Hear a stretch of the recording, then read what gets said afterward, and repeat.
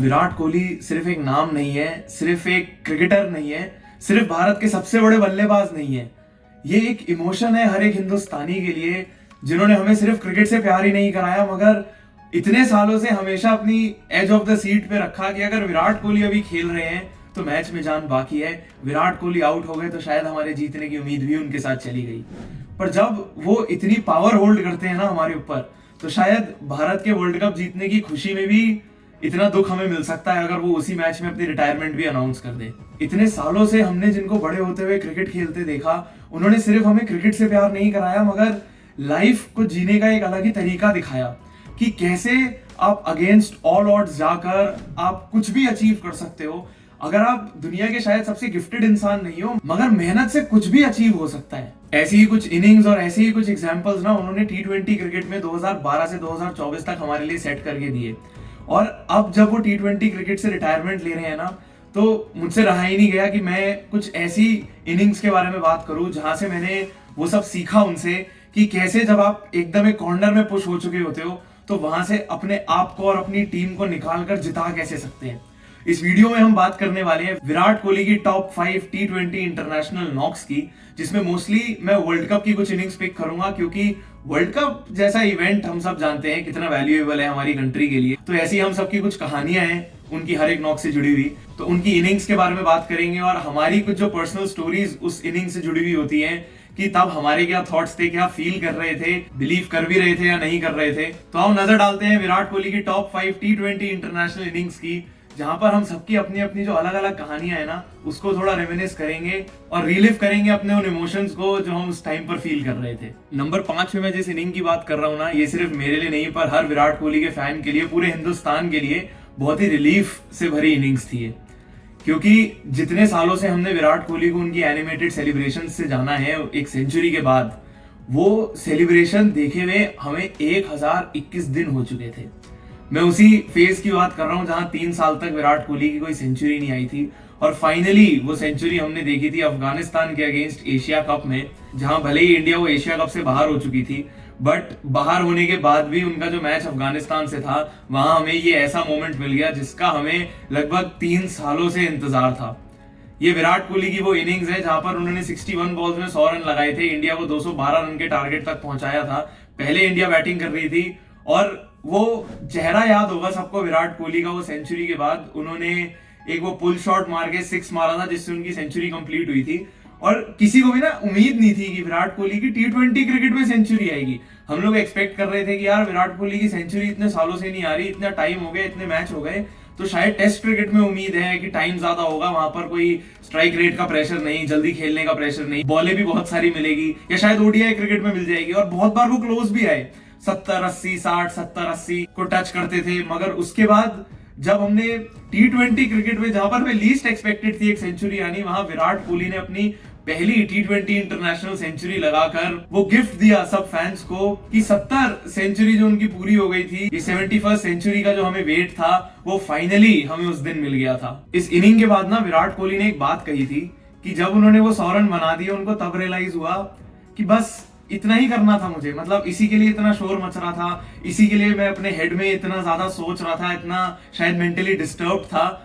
इस मोमेंट के लिए जो उन्होंने इतना आसानी से अचीव कर लिया। और कहीं ना कहीं हम लोग भी ये बात भूल गए थे कि हम उनकी बात कर रहे हैं जो ऑलरेडी 70 सेंचुरीज अपने इंटरनेशनल करियर में लगा चुके हैं। उनके लिए वो 71st करने में थोड़ी देरी हुई, बट जब आई तो वो पूरे हिंदुस्तान के लिए खुशियां लेकर आई। नंबर 4 पे जो इनिंग्स है वो प्रोबेबली विराट कोहली के फेवरेट ओपोनेंट उस टाइम के जो होंगे वो पाकिस्तान के अगेंस्ट आई थी। बाद में तो ऑस्ट्रेलिया फेवरेट ओपोनेंट थी for different reasons, but Pakistan के अगेंस्ट जो उनके कुछ नॉक्स हैं वो अनफॉरगेटेबल हैं। और इसमें एक और नॉक की बात करेंगे, बट अभी मैं जिस इनिंग की बात कर रहा हूँ 2012 में आई थी अगेंस्ट पाकिस्तान कोलंबो में। ये टी20 वर्ल्ड कप का ही गेम है जहां विराट कोहली ने 61 बॉल्स पे 78 नॉट आउट किए थे। इंडिया 129 रन चेस कर रही थी, पाकिस्तान को हमने 128 पे ऑल आउट कर दिया था, तो 129 रन चेस करने के लिए कोई स्ट्राइक रेट पे बात आने वाली नहीं थी। बट गौतम गंभीर पहले ही ओवर में, रजा हसन के ओवर में कॉटन बॉल हो चुके थे, तो यहाँ विराट कोहली वन डाउन आए थे। वीरेंद्र सहवाग के साथ उन्होंने एक अच्छी पार्टनरशिप बिल्ड करी, बट विराट कोहली का ये 78 नॉट आउट का जो नॉक था ये वो 2011 के वर्ल्ड कप के बाद आया था एक तरह से, कि 2011 के वर्ल्ड कप फाइनल में विराट कोहली ने जिस तरीके से इंडिया को एक मुश्किल सिचुएशन से निकाला था। और फिर ये 2012 के वर्ल्ड कप के ग्रुप स्टेज का मैच जो पाकिस्तान के अगेंस्ट था, हाई प्रेशर गेम है भाई पाकिस्तान के अगेंस्ट, और वहां से विराट कोहली ने अपने आप को T20 क्रिकेट में भी ऐसा अनाउंस किया था कि सिचुएशन कोई भी हो, टारगेट कम हो ज्यादा हो, विराट कोहली अपने तरीके से बैटिंग करने दिखा रहे हैं। मैं तो तब 12 साल का ही था, बट याद है कि उस टाइम पर भी उनको पाकिस्तान के अगेंस्ट ऐसे खेलता देख एक वो जो फीलिंग आती है ना कि यार ये मेरा आइडल है यार, मतलब इनकी तरह खेलना है, इनकी तरह बनना है और इसी तरीके से मुश्किल सिचुएशन से निकल के अपनी टीम को जिताना है। वो फीलिंग जो विराट कोहली ने उस टाइम से आई थिंक खुद ही फील करनी शुरू कर दी होगी, जो एक्सटेसी उन्होंने फील करी होगी ना उस टाइम पे, वो मैच जिताने की एक्साइटमेंट जो थी उसकी, तो मेरे को लगता है विराट कोहली को उसके बाद बस आदत लग गई थी कि उनको समझ आ गया था कि ये फीलिंग उनको बार बार चाहिए। और फिर सिर्फ वो 2012 के बाद नहीं, हमने आगे कई बार विराट कोहली को यही सेम चीज T20 इंटरनेशनल क्रिकेट में चेज करते हुए देखी। नंबर 3 पे मैं जिस उनके नॉक की बात करने वाला हूं ना, ये सिर्फ मेरी ही नहीं but it has to be almost every Indians one of the favourite Virat Kohli knocks, क्योंकि यहाँ पर हमने उनको देख लिया था कि कैसे जो उनके अंदर का एग्रेशन है ना, जो उनकी आंखें हैं व्हाइल चेजिंग अ टारगेट, वो हमने फर्स्ट टाइम शायद इतनी गौर से एक्सपीरियंस करी थी। ये मैं बात कर रहा हूँ 2016 T20 world cup India versus Australia Mohali की। यहाँ पर आपको याद होगा इंडिया 49 for 3 थी, लगभग 8 ओवर कंप्लीट हो गए थे, हम 161 रन चेस कर रहे थे एक डोमिनेटिंग ऑस्ट्रेलियन साइड के अगेंस्ट। बट ये वही 1-11 पे भारी वाली जो सिचुएशन थी ना, वो अकेले विराट कोहली पूरा मैच किस तरीके से ऑस्ट्रेलिया के पैरों के नीचे से स्वीप करके ले गए थे। उनके ये इस मैच के 82 रन ना 160 की स्ट्राइक रेट पे आए थे। और फेवरेट मोमेंट मेरा ये था कि जब हमारी टीम को 18 पे 39 चाहिए थे, तो वहां से उन्होंने जो अटैक करना शुरू किया था ना, उससे पहले एक मोमेंट था जो हमने देखा था, उन्होंने ग्लेन मैक्सवेल को स्टेप आउट करके बस एक ऐसे चिप सा किया था और सामने लॉन्ग ऑफ के ऊपर से वो 6 निकल गया था। फिर जेम्स फॉकनर को उन्होंने एक वो पॉइंट की तरफ स्लाइस किया और अगली बॉल पे वापस सिर्फ एक बैट लगा दिया अपना, और वो बॉल भी लॉन्ग ऑफ के ऊपर से ना जाने कैसे 6 रन के लिए निकल गई। वो तो फिर हम जानते ही थे वहां भी क्या होना है। फिर एक वापस पॉइंट पे स्लाइस का चौका, 2 कवर्स पे चौके, मतलब वो विराट कोहली का हमने एक अलग ही रूप देखा था T20 क्रिकेट में। और वहां से फिर उनपे वो जो चेस मास्टर का टैग एकदम सेट हो गया था ना कि अब ये विराट कोहली से कोई छीन ही नहीं सकता कभी। वो इनिंग्स ने हमें बिलीव करना शुरू करवा दिया था कि कोई भी सिचुएशन हो, कोई भी मैच हो, अगर इंडियन टीम को वहां से कोई निकाल सकता है तो वो सिर्फ और सिर्फ विराट कोहली है।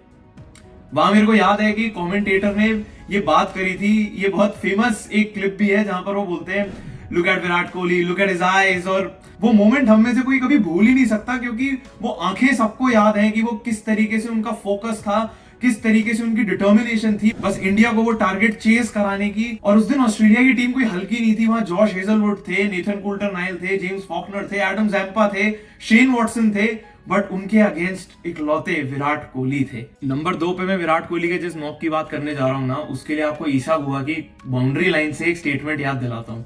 Do not write India off because Virat Kohli is still there. ये उनकी स्टेटमेंट पाकिस्तान को डराने के लिए थी और हम इंडियंस को बिलीव कराने के लिए थी कि अब भी बहुत उम्मीद है, क्योंकि उस वक्त हमारी इंडियन टीम 31 रन पे 4 आउट थी और चेज हम कर रहे थे अगेंस्ट पाकिस्तान, वो 2022 के T20 वर्ल्ड कप में। मुझे बहुत अच्छे से याद है मैच, क्योंकि अभी तो 2 साल हुए और ये तो हमेशा याद रहेगा हर एक इंडियन को। सिर्फ वो हरीश राव को वो 6 रन मारने से नहीं, बट विराट कोहली की डेडिकेशन की वजह से, विराट कोहली के माइंडसेट की वजह से,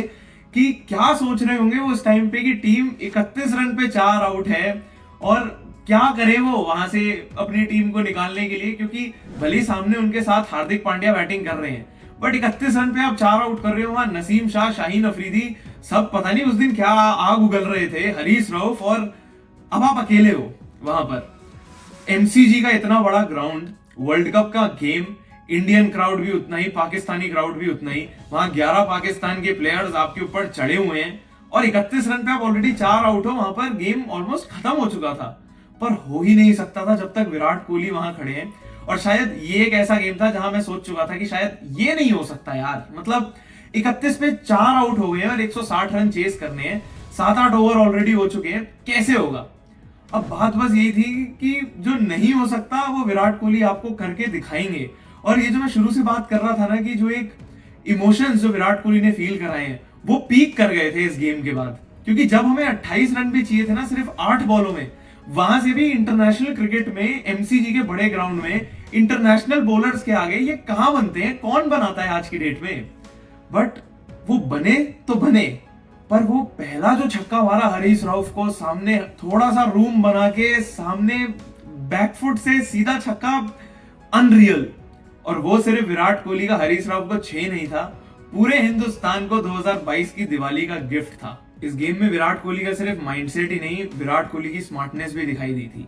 कब किस तरीके से गेम को चलाना है, कहां पर आप सिंगल डबल से काम चला सकते हो, कहां पर आपको ऑपोजिशन पे किस तरीके से काउंटर अटैक करके प्रेशर वापस उन पे डालना है, ये सब उन्होंने उस इनिंग में दिखाया था। कौन से फेज में आपको एक चौका लगाना है, कौन से फेज में आपको 6 लगाने की जरूरत है, सब कुछ हमने उस मैच में देख लिया था। वहां मैच में विराट कोहली ने बताया भी था, उन्हें पता था कि हरीश राव के बाद जो लास्ट ओवर है वो कौन डालने वाला है, कि वो नवाज का बचेगा, तो वो सब कुछ कैलकुलेट वो ऑलरेडी कर चुके थे। बट उसके बाद भी वो जानते थे कि हरीश राव के उस ओवर में उनको टारगेट करना ही पड़ेगा। जैसे शाहीन अफरीदी को उन्होंने 2 ओवर पहले टारगेट कर दिया था, एक ग्लैंस करके फाइन लेग पे चौका लगाया था, फिर एक पुल किया था, उससे पहले नवाज को सामने बढ़ के 6 लगाया था। तो सब कुछ बिल्कुल उनकी टाइमलाइन के हिसाब से चल रहा था। और जब वो मार भी रहे थे ना शुरू में, तब भी उम्मीद नहीं लग रही थी कि बस विराट कोहली आउट और मैच खत्म, बस विराट कोहली आउट और गेम ही खत्म। पर ऐसा हुआ ही नहीं, वो आउट ही नहीं हुए, और वो मैच किस तरीके से वो एंड तक लेकर गए। और वो इमेज जब तक क्रिकेट जिंदा है, वो इमेज विराट कोहली की रहेगी। जो एक उंगली उन्होंने ऊपर करके ऊपर भगवान को देखा था और सोचा था कि बस इन्हीं सब चीजों के लिए वो क्रिकेट खेलते हैं, इन्हीं मोमेंट्स के लिए उन्होंने इतनी मेहनत करी है अपने देश को ये मोमेंट्स देने के लिए। उनकी क्रिकेट उस दिन पूरी हो गई है। बट अभी तो कहानी थोड़ी बाकी है, क्योंकि अभी तो विराट कोहली को T20 क्रिकेट में असली पीक देखना बाकी था। विराट कोहली का T20 करियर जिस नोट पे खत्म हुआ है वो हम सब जानते हैं। भारत का इतने सालों बाद एक विश्व कप जीतना, और आई डोंट थिंक वहां पर विराट कोहली से बेटर कोई इंसान हो सकता था जिसको इस T20 वर्ल्ड कप की जरूरत थी।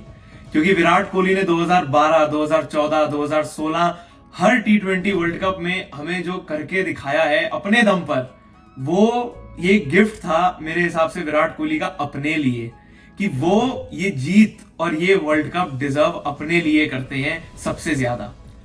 एक बार फिर भारतीय टीम उसी सिचुएशन में थी। पावर प्ले में 34 रन पे हमारे 3 बैट्समैन आउट हो चुके हैं, विराट कोहली दूसरे एंड पे खड़े ये सब देख रहे हैं। वहां विराट कोहली ने बताया कि उस टाइम पर उन्होंने कुछ समय लिया, नीचे बैठे और सोचा हर उस हार्ट ब्रेक के बारे में जो उन्होंने फील किया एक क्रिकेट मैच को हारने के बाद।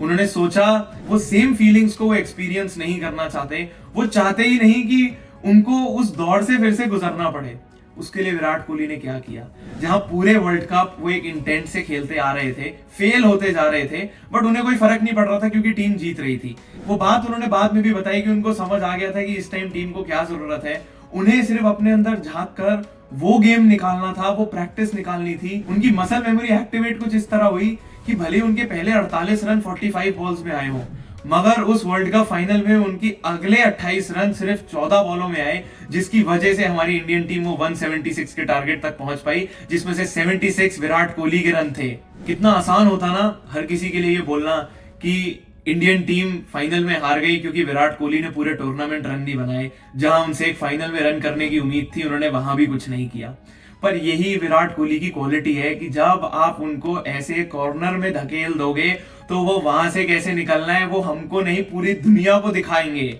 यही बस मेरी कुछ फीलिंग्स थी, कुछ इमोशंस थे जो विराट कोहली के T20 करियर के साथ जुड़े हुए थे, कि कैसे बचपन से लेके आज तक उनको खेलता देख इस फॉर्मेट में इतना कुछ सीखा है। क्योंकि ये फॉर्मेट जेन्युइनली थोड़ा मुश्किल था, जहां विराट कोहली को आज तक सबसे ज्यादा क्रिटिसिज्म मिला है। फिर वो उनकी स्ट्राइक रेट हो, उनके खेलने का तरीका हो, वो किस तरीके से अपनी इनिंग्स को बिल्ड करते हैं, वो उनका अपना तरीका है, जिसके रिजल्ट्स हमें फाइनली एक वर्ल्ड कप जीतकर मिल गए। तो ऐसे ही बहुत सारे और नॉक्स हैं जहां विराट कोहली ने हर हिंदुस्तानी को बहुत सारे अलग अलग इमोशंस और फीलिंग्स एक्सपीरियंस कराई। आपकी अपनी क्या फीलिंग्स थी इन 5 नॉक्स से जुड़ी हुई, ऐसी क्या कहानियां थी, या ऐसे और कौन से नॉक्स हैं जहां पर आपने कुछ और सीखा विराट कोहली से, ये नीचे कमेंट करके जरूर बताना। और ऐसी और वीडियोस के लिए चैनल को सब्सक्राइब जरूर कर लो, बेल आइकन को हिट कर लो, ताकि जब नेक्स्ट वीडियो आए तो आपको पता चल जाए। ये वीडियो पसंद आई हो तो लाइक करना मत भूलना। मिलते हैं ऐसी और वीडियोस के साथ अगली बार।